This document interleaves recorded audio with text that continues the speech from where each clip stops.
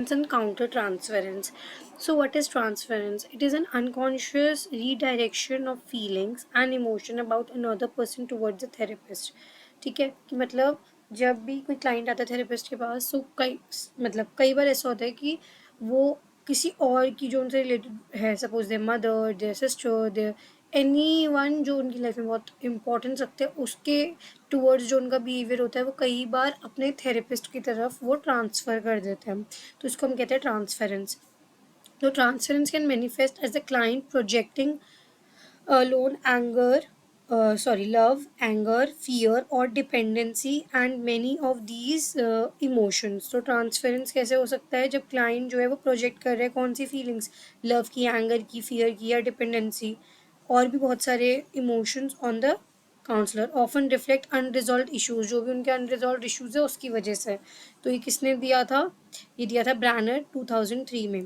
तो example, if you sound just like my mother, ऐसा उन्होंने कुछ बोला तो उससे पता चलेगा कि या ट्रांसफरेंस हो रही है अभी। ठीक है, तो ऐसा भी होता है। तो the statement in and of itself may be observational. ठीक है, but if the client starts behaving as if the counsellor use you know the client mother, transference has occurred. So वही, अगर वो ऐसे बोल रहे हैं कि you sound just like my mother, तो मेरी मदर की तरह बातें करते हो या वही, तो यहाँ पे जो है आपको पता चल रहा है कि वो ट्रांसफरेंस है। बट कई बार वो बोलते नहीं है, बट आपको पता चल जाता है अगर वो जो क्लाइंट है वो काउंसलर की तरफ कुछ सर्टन वे में बिहेव करने लग जाए। तो यहाँ पे वही लिखा है, but if the client start behaving as if the counsellor were the client's mother, बिल्कुल वो मदर की तरह ट्रीट करें, तो पता चल जाता है कि यार ट्रांसफरेंस हैज़ अकर्ड। ठीक है। अब काविंग एंड लेविंटन ने 2002 में बोला था, note that transference can be either direct transference और इनडायरेक्ट ट्रांसफरेंस। तो ट्रांसफरेंस के दो टाइप्स पता चल गए हमें, एक होता है डायरेक्ट, एक होता है इनडायरेक्ट। तो डायरेक्ट के अंदर who things of the counsellor as his or her mother, कि मतलब सीधा मदर से आपने ट्रांसफरेंस हो गई है कि मतलब जो काउंसलर है वो उसकी मम्मी की तरह ही है। ठीक है, वैसे। अब इनडायरेक्ट ट्रांसफरेंस में क्या हो गया? Reveal client statement action that are not directly related to counsellor, कि मतलब यहाँ पे वो बोल रहा है कि आप हो ऐसे, यहाँ पे इनडायरेक्टली वो हिंट्स दे रहा है कि हाँ, मतलब क्लाइंट जो है वो ऐसी कोई स्टेटमेंट दे रहा है जिससे आपको पता चल रहा है। ठीक है, बट डायरेक्टली नहीं बोल रहा है कि आप उसकी तरह हो, बट कुछ तरीके से आप पता लगा रहे हो, दैट इज इनडायरेक्ट ट्रांसफेरेंस। अब यहाँ पे common types of direct transference जो देखी जाती है कैसी होती है? पॉजिटिव ट्रांसफेरेंस हो सकती है, negative, erotic, parental and past relationship transference. इतनी तरीके की ट्रांसफेरेंस होती है जो direct kind of direct observed जो होती है। ठीक है, और इनडायरेक्ट जो मैंने आपको बताया कि reveal client statement action that are not directly related to counsellor, की काउंसलर से डायरेक्टली रिलेटेड नहीं है, इनडायरेक्टली आ रहा है उसके पास। ठीक है। अब तो पॉजिटिव ट्रांसफरेंस में क्या होता है? This occurs when a person unconsciously attributes positive qualities और feelings to another person based on the past experiences. ठीक है, मतलब किसी और की अच्छी क्वालिटीज आप पे प्रोजेक्ट कर रहे हैं तो वो पॉजिटिव ट्रांसफरेंस हो गई। तो someone might see their boss as a nurturing figure because they remind them of a supportive parent. ठीक है, तो वो भी पॉजिटिव ट्रांसफरेंस हो गई अगर वो अपने बॉस को एक नर्चरिंग फिगर की तरह देख रहा है, एक फादर फिगर की तरह देख रहा है, क्योंकि उनको वो अपने सपोर्टिव पेरेंट की तरह दिख रहे हैं। नेगेटिव ट्रांसफरेंस जब नेगेटिव फीलिंग हो, तो वही the person project negative emotion और attitudes onto another person, this include feeling of anger. ठीक है, एंगर हो सकता है, मिसट्रस्ट, रिजेंटमेंट। तो इसका एग्जाम्पल है, a person may distrust their therapist because they remind them of a critical teacher from childhood.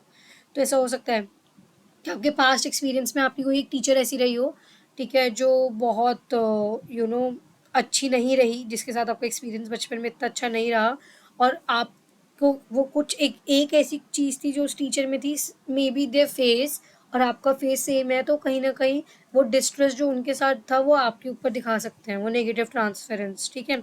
अब इरोटिक ट्रांसफरेंस क्या होता है? It involves a projection of romantic और sexual feelings onto another person. This can occur in therapy where a client develops romantic feelings towards their therapist. ठीक है, such as seeing or a co-worker as a potential romantic partner. So that is erotic transference. Then we have parental transference. That means it involves projecting expectations or dynamic from one's relationship with a parent onto another person.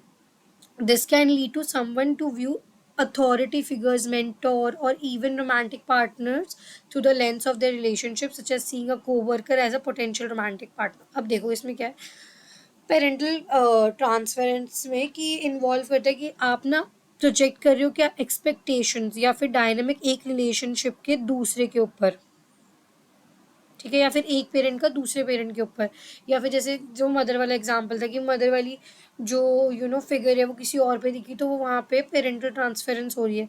This can lead to someone to view authority figure, जैसे कि हमारे mentors हो गए, ठीक है, या फिर जो रोमांटिक पार्टनर्स हो गए, आप उनको दूसरे रिलेशनशिप के लेंस से देख रहे हैं, ठीक है, such as seeing a coworker as a potential romantic partner. वो ऊपर वाला भी है, मतलब यहाँ पे एक अलग चीज़ है बट यहाँ पे एक अलग चीज़ है, ठीक है. तो यहाँ पे वही है कि आपकी कैसे आपकी कैसे रिलेशनशिप है, उसी तरीके से आप आपने जो जो भी जैसे आप आपके जो अथॉरिटी फिगर्स हैं, मेंटोर्स हैं या रोमांटिक पार्टनर, आप उनको उस लेंस से देख सकते हैं. उसके बाद आता है idealising transference. It occurs when a person idealises another person, ठीक है, attributing exaggerate positive qualities to them. This can involve putting someone on a pedestal and seeing them as a perfect or flawless.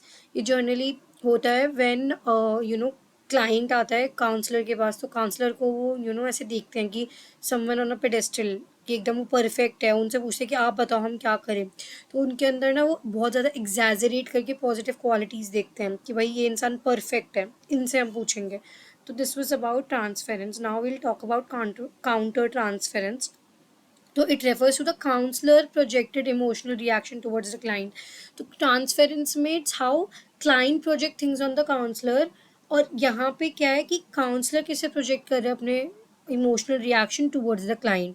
तो according to Karen 2015, manifestation of counter transference can take several forms. बहुत सारी अलग अलग forms ले सकता है.